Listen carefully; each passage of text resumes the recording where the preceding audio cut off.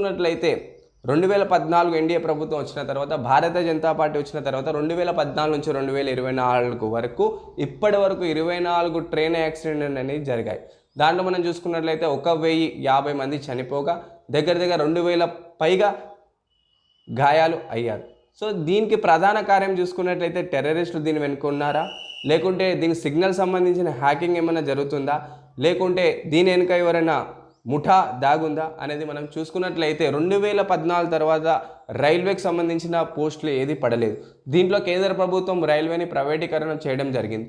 అప్పట్లో ఉన్న రైల్వే ట్రాక్లన్నీ కూడా సరిగా మెయింటెనెన్స్ అనేది అవ్వలేకపోతుంది. అంటే మనకు రైల్వే ట్రాక్లో డిఫెక్ట్ అనేది మనకు కనిపిస్తుంది. అదేవిధంగా సిగ్నల్ విషయంలో కూడా అప్డేట్ అనేది జరగలేదు. కొత్త సాఫ్ట్వేర్స్ రావడంతో కూడా సెంట్రల్ ప్రభుత్వం కొత్త సాఫ్ట్వేర్ అనేది కొనలేదు. అంటే ఒకటే ట్రాక్ మీద 2 రైలు రావడానికి మేజర్ మన ప్రాబ్లం చూసుకున్నట్లయితే ట్రాక్ అనేది